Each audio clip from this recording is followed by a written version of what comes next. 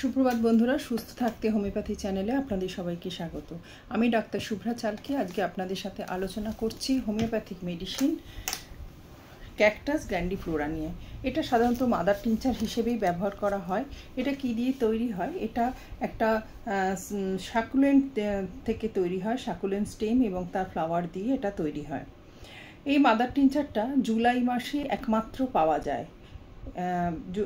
Mother টিনচারটা July মাসেই একমাত্র তৈরি করা হয়।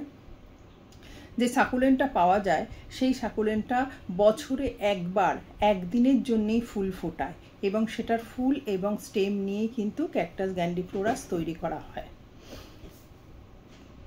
ক্যাকটাস গ্র্যান্ডিফ্লোরার যে সাকুলেন্ট দিয়ে তৈরি হয় সেটা শুধুমাত্র রাত্রে ফোটে এবং ভোরবেলায় কিন্তু সেই ফুলটা ঝরে যায়। এইটার যে কাণ্ড সেটা প্রচুর মোটা থাকে এবং তার মধ্যে প্রচুর জল থাকে। ফুলগুলো সরু সরু পাপড়ি দিয়ে তৈরি হয় এবং এগুলি ভোর হবার আগেই বন্ধ হয়ে নারকোল যেমন গোটা নারকোল যেমন দেখতে লাগে সেরকম দেখতে হয়।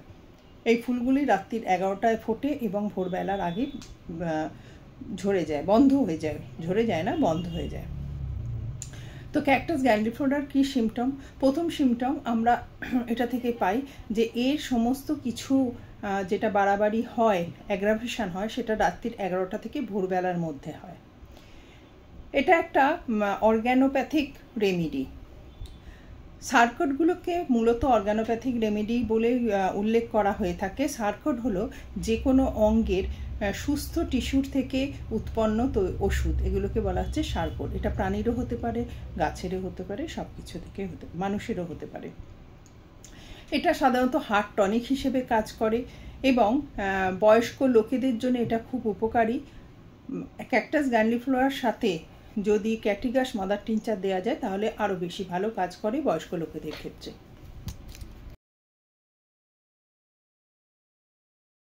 এখন আমরা জানি আমাদের যা কিছু হোমিওপ্যাথিক মেডিসিন সিলেকশন করা হোক না কেন সেটা সিমটম সিমিলারিটির ওপরেই নির্ভর করে করা হয়।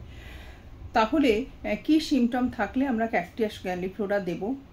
ক্যাকটাস গ্র্যান্ডিফ্লোরার ক্ষেত্রে যে মেইন সিমটমটা পাওয়া যায় সেটা যে কোনো জায়গায় একটা মনে হয় লোহার খাঁচা দিয়ে, লোহার ব্যান্ড দিয়ে আটকানো আছে।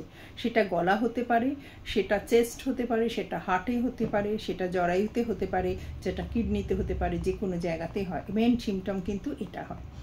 তার সাথে সাথে বুকে ব্যথা, যা হার্টে রক্ত প্রবাহ কম হওয়ার জন্যে হয়। তার সাথে দুর্বল হার্ট আছে। আর্টেরিওস্ক্লেরোসিস থাকলে এটা খুব ভালো কাজ করে। হার্টের প্রবলেমের সাথে যদি শ্বাস প্রশ্বাস নিতে ছাড়তে অসুবিধা হয়, মানে ডিসনিয়া যদি থাকে, তাহলে কিন্তু ক্যাকটাস গ্র্যান্ডিফ্লোরা ভালো কাজ করে।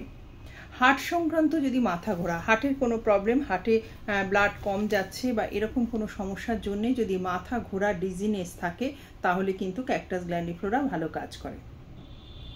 গলাতে থ্রোট প্রবলেমে যদি কোনো মনে হয় যে গলাটা যেন লোহার জাল দিয়ে বেঁধে রেখে দিয়েছে, একটা লোহার তার দিয়ে বেঁধে রেখে দিয়েছে, নড়াচড়া করতে পারছে না, তাহলে এই সিমটম থাকলে আমরা গলার ক্ষেত্রেও কিন্তু ক্যাকটাস গ্র্যান্ডিফ্লোরা ব্যবহার করতে পারি।